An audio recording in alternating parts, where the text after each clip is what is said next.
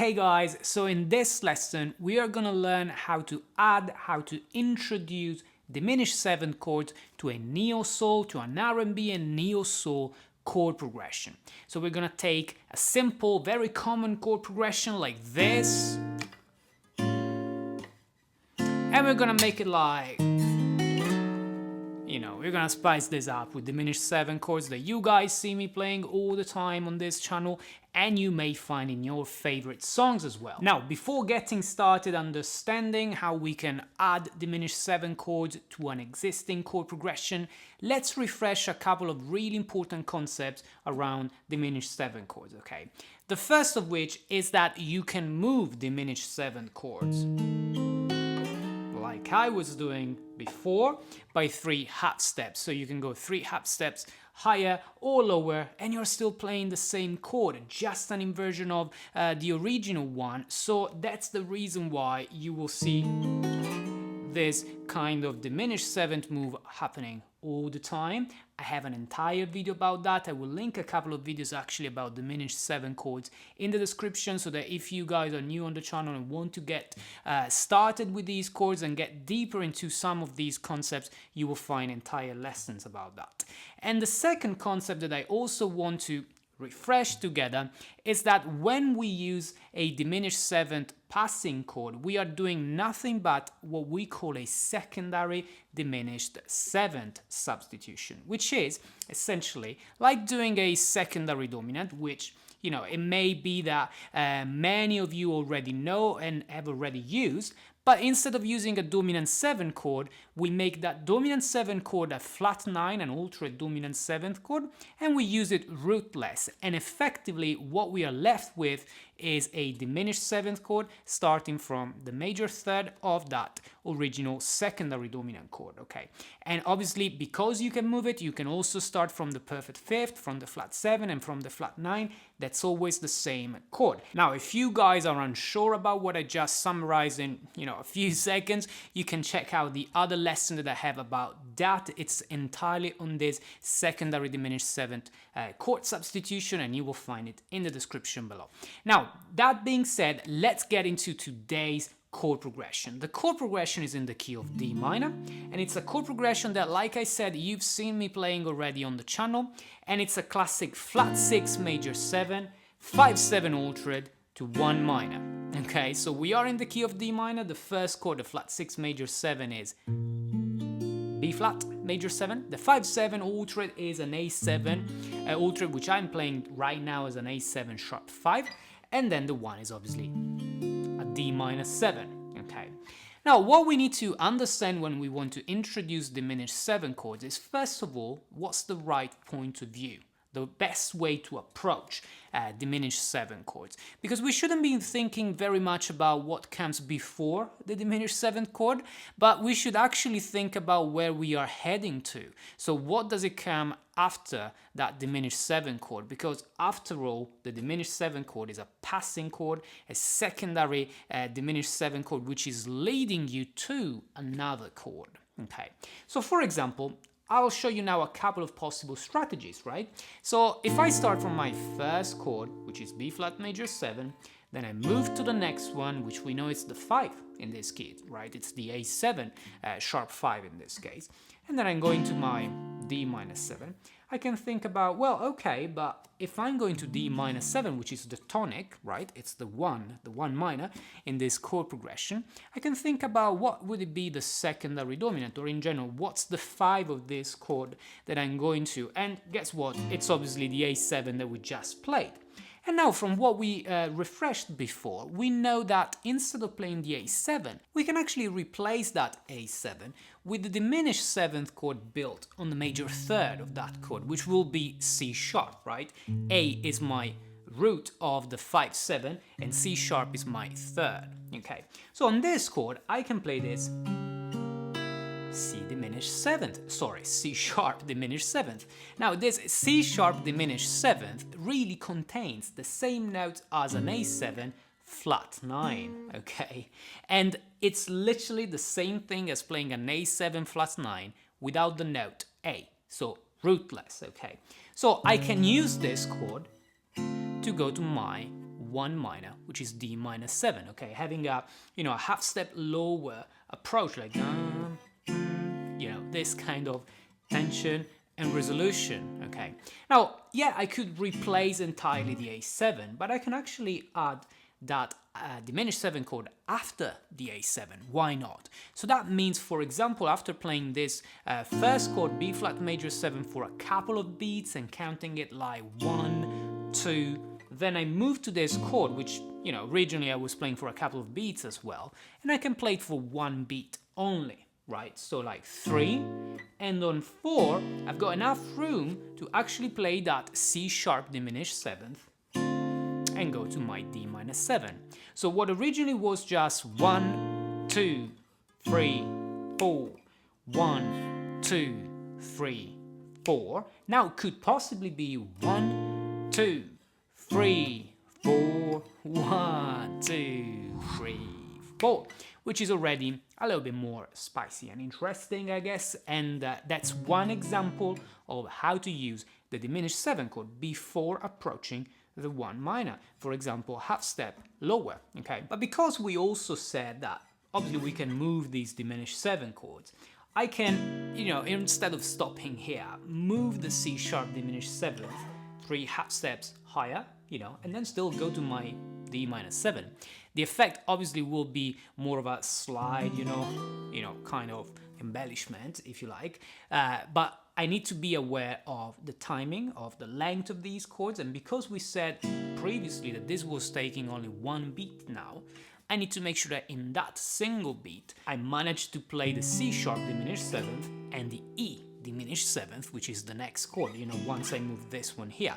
Once more, guys, this is the same chord as this. It contains the same notes. Okay, you can write down all of the notes and check out that they actually contain the same notes. You're just deciding that rather than starting from C sharp, you start from E, which is nothing but the 5th of the original chord that we are replacing, the A7 altered, the A7 flat 9. Okay, so if I start from C sharp, I keep in mind I'm starting from the major third of that A7. If I start from E, I'm starting from the perfect 5th. Obviously, if I carry on and I start from G, I'm starting from the flat 7. And if I start from B flat, I'm starting from the flat 9. Okay, any of those notes other than the root of that A7 flat 9. Now, that being said, the chord progression could be something like this. 1, 2, 3, 4, and 1, 2, 3, 4. Obviously, there isn't much time to really appreciate that kind of move, right? But again, let's play it once more, a little slower so that you can see it better, like 1, 2, 3, 4. Okay. Na na, 4 and 1, na na na, this way. Okay, essentially. So this is one way of using the diminished 7 chords in this chord progression. I was targeting, you know, my 1 minor, so I wasn't really thinking very much about what comes before the diminished 7 chord, but I was targeting my D minor 7, my 1 minor. And then I thought, okay, what's the 5? What's the secondary dominant of that D minor 7? And it's an A7. I made that A7 an A7 flat 9, rootless, and what I'm left with was this diminished 7th chord. Okay, now obviously, guys, at first all this may seem something really long and complicated, but I guarantee you that, you know, after a few times that you do it, you kind of already know the places where you can find those diminished 7 chords to introduce in your chord progressions, almost like you develop a muscle memory, because the moves at the end of the day are always the same. Okay, now let's have a look at the second way to introduce a diminished 7 chord in this chord progression. Okay, in my opinion, this is even more interesting than the first one. Okay, let's have a look at why. So I'll go over my 3 original chords: the B flat major 7, the A7 altered, and the D minor 7, the 1 minor. Now I want to play that diminished 7 chord after the D minor 7. So I don't want to play it to go to my D minor 7, but to go somewhere else, you know, to kind of like start again. So once more, if we shift our attention now to the chord we are heading to when we start again the same chord progression, the chord progression starts from B flat major 7, which is obviously not the one of this key, it's not the tonic, we are not in the key of B flat, you know, we are in the key of D minor, and B flat major 7 is just the flat 6, so the 6th degree of the minor key, major 7th, okay? But if we think about what's the secondary dominant that we can possibly use to go to B flat major 7, that would be F7, okay? So F7 is nothing but the 5/7 of the flat 6 major 7, okay? Now obviously we can make the F7 and F7 flat 9. Once more we are making the 5/7 of the chord we are going to as an alternate dominant 7 chord, okay?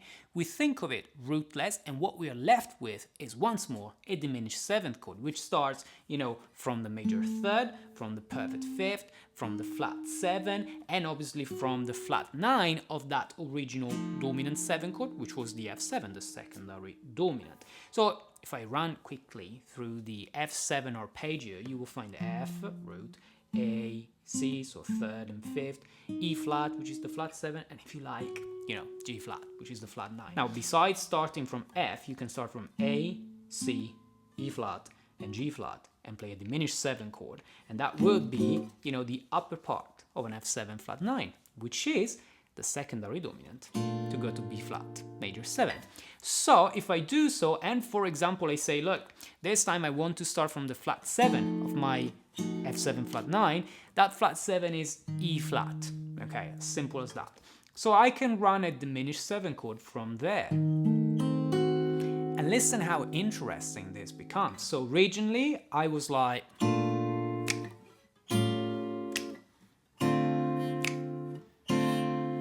okay, cool, fine, but nothing special.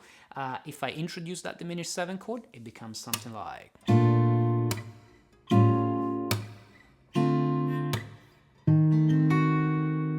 okay, there is a different vibe. And then why not? Because we know that we can always move these chords 3 half steps higher or lower, we can go like this and introduce a 4-note arpeggio finger picking with a slide and go something like,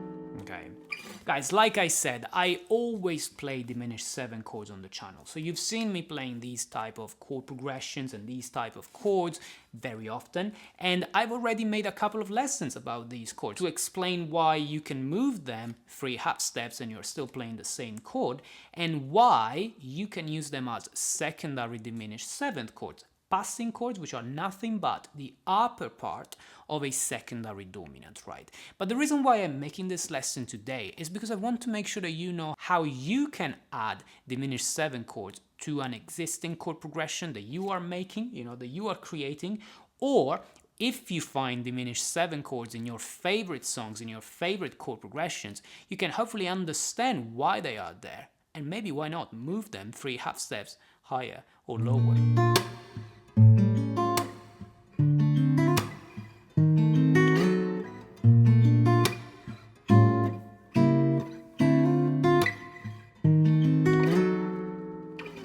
Obviously, you can combine both strategies or just choose your favorite. You know, the second one is my favorite, for example.